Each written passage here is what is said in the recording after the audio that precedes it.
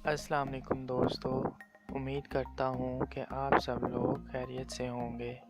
آج ہم جس شخصیت کے بارے میں بات کرنے والے ہیں اس شخصیت کا نام ہے ولیم شیکسپیئر۔ اس کے قصبے کے لوگوں نے اسے عزت کے ساتھ دفن کیا کیونکہ وہ انہیں شرح سود پر قرض دیا کرتا تھا۔ دوستو، ان دنوں کسی سے قرض لینا بہت مشکل ہوتا تھا، لیکن شیکسپیئر اپنے ارد گرد کے لوگوں کو شرح سود پر قرض دیتا تھا اور اس کی بڑی ویلیو ہوا کرتی تھی کہ ان دنوں کوئی سود پر بھی قرض دیتا تو اس کی بڑی عزت افزائی کی جاتی تھی۔ دوستو، جب تک وہ زندہ رہا اسے کسی نے بالکل اہمیت نہ دی۔ اس کی موت کے 100 برس بعد بھی اس کا نام گمنامی کے غبار میں چھپا ہوا تھا، لیکن اس وقت سے اب تک اس کے متعلق لاکھوں الفاظ کہے جا چکے ہیں۔ دنیا ادب میں اس سے زیادہ کسی ادیب کے بارے میں نہیں لکھا گیا۔ ہر سال ہزاروں لوگ اس کی گھر کی زیارت کے لیے جاتے ہیں جہاں وہ پیدا ہوا تھا۔ ایک دفعہ 1921 میں ایک شخص کا اتفاق ہوا جانے کا، تو وہ اسٹراٹ فورڈ سے ٹوٹری تک اکثر پیدل گھوما کرتا تھا۔ یہی وہ کھیت تھے جنہیں جوانی کے ایام میں وہ عبور کر کے اپنی محبوبہ این ویٹلی کو ملنے جایا کرتا تھا۔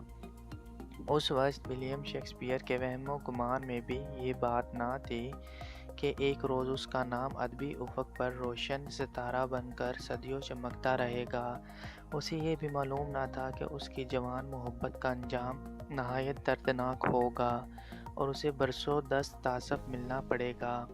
اس میں شک نہیں کہ ولیم شیکسپیئر کی زندگی کا سب سے بڑا المیہ اس کی شادی تھی۔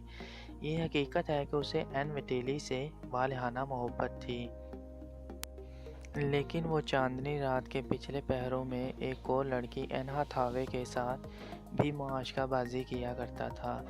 جب این ہاتھاوے کو معلوم ہوا کہ اس کا عاشق ایک اور دوسری لڑکی سے شادی کرنے کے لیے لائسنس حاصل کر رہا ہے تو اس نے ہمسایوں کے گھر جا کر واویلا مچانا شروع کر دیا اور انہیں بتایا کہ وہ اس کے بچے کی ماں بننے والی ہے، لہٰذا ولیم کو اس کے ساتھ شادی پر مجبور کیا جائے۔ اس کے سادہ لوح اور دیانت دار دہقانی ہمسائے ولیم کی اس حرکت پر لال پیلے ہو گئے۔ ان کا اخلاقی احساس ایک دم ابھر آیا۔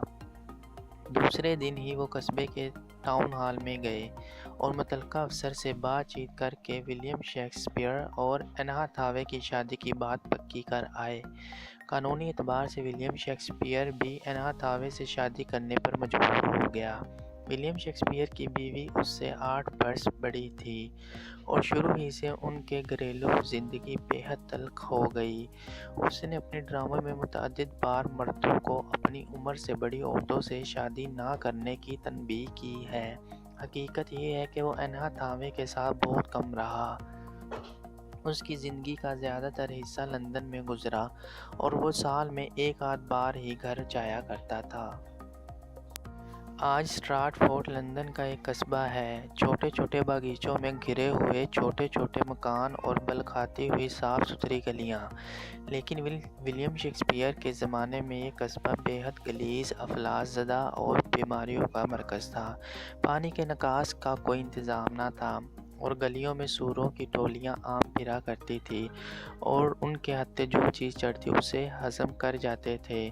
ولیم شیکسپیئر کا والد قصبے کا ایک معزز باشندہ تھا، لیکن ایک دفعہ اپنے گھر کے سامنے اسے غلاظت کا ڈھیر جمع رکھنے پر جرمانہ بھی کیا گیا۔ دوستو، ہم بعض اوقات سوچتے ہیں کہ ہمارے دن بڑے سخت اور تلخ ہیں، لیکن ولیم شیکسپیئر کے زمانے میں بھی اسٹراٹ فورڈ کی نصف آبادی دوسروں کی خیرات اور مدد پر گزارا کرتی تھی۔ لوگوں کی بڑی تعداد ناخواندہ تھی۔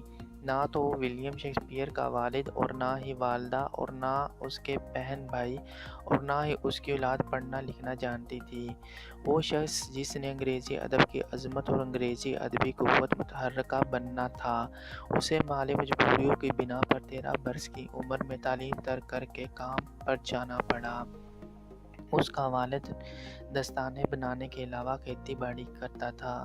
ولیم شیکسپیئر اپنے والد کے ہمراہ بھینسوں کا دودھ دوہتا، بھیڑیں چراتا، دودھ سے مکھن نکالتا اور باپ کے ہمراہ ہڈیاں اور چمڑا صاف کرتا۔ لیکن جب ولیم شیکسپیئر فوت ہوا تو اپنے زمانے کے معیار زندگی کے لحاظ سے امیر تھا۔ لندن آنے کے 5 برس کے اندر اندر ایک ایکٹر کی حیثیت سے وہ خاصی رقم کما رہا تھا۔ اس نے 2 تھیٹروں میں اپنے حصے خرید لیے اور وہ زیادہ شرح سود پر لوگوں کو قرض بھی دینے لگا اور لوگوں کو اس کی یہی خوبی بہت پسند تھی۔ تھوڑے ہی عرصے میں اس کی سالانہ آمدنی 300 پاؤنڈ ہو گئی، لیکن اس زمانے میں ضرورت زندگی آج کے مقابلے میں 12 گنا کم تھی۔ جب ولیم شیکسپیئر 45 برس کا ہوا تو اس کی سالانہ آمدنی 4000 پاؤنڈ تھی، لیکن آپ کے خیال کے مطابق وہ اپنے وصیت نامے میں اپنی بیوی کے نام کس قدر رقم لکھ گیا ہوگا؟ 1 پائی بھی نہیں، فقط بستر کی 2 چادریں، اور وہ بھی اس نے وصیت لکھنے کے بعد حرف مقدر کے طور پر لکھی تھی۔ اس کے ڈرامے کتاب کی شکل میں شائع ہونے سے 7 برس پہلے ہی ولیم شیکسپیئر فوت ہو گیا۔ اگر آج آپ امریکہ میں کسی کتاب کا اصلی مسودہ خریدنا چاہیں تو اس کے لیے آپ کو 2.5 لاکھ پاؤنڈ دینے پڑتے ہیں، لیکن ولیم شیکسپیئر اپنے ہیملٹ اور مکینو کا معاوضہ 100 پاؤنڈ سے زیادہ حاصل نہ کر سکا۔ ڈاکٹر ایس اے نینن بام نے ولیم شیکسپیئر کے بارے میں بہت سی کتابیں لکھی ہیں۔ ایک دفعہ انہوں سے پوچھا گیا کہ اس بات کا کوئی ثبوت ہے کہ شیکسپیئر کے لکھے ہوئے ڈرامے اصل میں ولیم شیکسپیئر کے ہی لکھے ہوئے ہیں یا جو اسٹریٹفورڈ میں رہتا تھا۔ انہوں نے جواب دیا کہ اس متعلق مجھے اتنا ہی یقین ہے جتنا اس بات کا کہ ابراہم لنکن نے اپنی شہرہ فاق تقریر گیٹس برگ میں کی تھی۔ اس کے باوجود بہت سے لوگوں کا دعویٰ ہے کہ ولیم شیکسپیئر نام کا کوئی شخص نہ تھا، اور یہ ثابت کرنے کے لیے اس کے ڈرامے سر فرانسس بیکن یا ارل آف آکسفورڈ کی تخلیقات ہیں۔ درجنوں کتابیں لکھی گئی ہیں۔ اکثر لوگوں نے شیکسپیئر کی قبر کے سامنے کھڑے ہو کر یہ خطبہ پڑھا ہے کہ اچھے دوستو، میں تمہیں یسوع کے نام کا واسطہ دیتا ہوں کہ میری خاک کو ریتنے کی کوشش نہ کرنا۔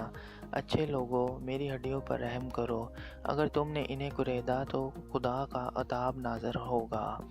اسے قصبے کے گرجے کے معبد کے سامنے دفن کیا گیا۔ آخر اسے یہ امتیازی جگہ کیوں ملی؟ اس کی ادبی عظمت کے سبب؟ بالکل نہیں۔ یہ شاعر جس نے ادبی ستارہ بن کر چمکنا تھا، اسے چرچ میں محض اسی لیے جگہ دی گئی کہ وہ لوگوں کو قرض دیا کرتا تھا۔ اگر یہ شخص جس نے شائلاک کا کردار تخلیق کیا تھا اپنے قصبے کے لوگوں کو قرض نہ دیا کرتا تو اس کی ہڈیاں آج کسی گمنام قبر میں گل سڑ چکی ہوتی۔ دوستو، امید کرتا ہوں کہ آپ لوگوں کو ہماری یہ ویڈیو بھی بہت پسند آئی ہوگی، اور آخر میں وہی ریکویسٹ، ہمارا چینل سبسکرائب کیجیے اور بیل آئیکن پر ضرور کلک کیجیے تاکہ ہماری آنے والی ہر نئی ویڈیو کا نوٹیفیکیشن آپ کو ملتا رہے۔ اپنا بہت خیال رکھیے گا۔ اللہ نگہبان۔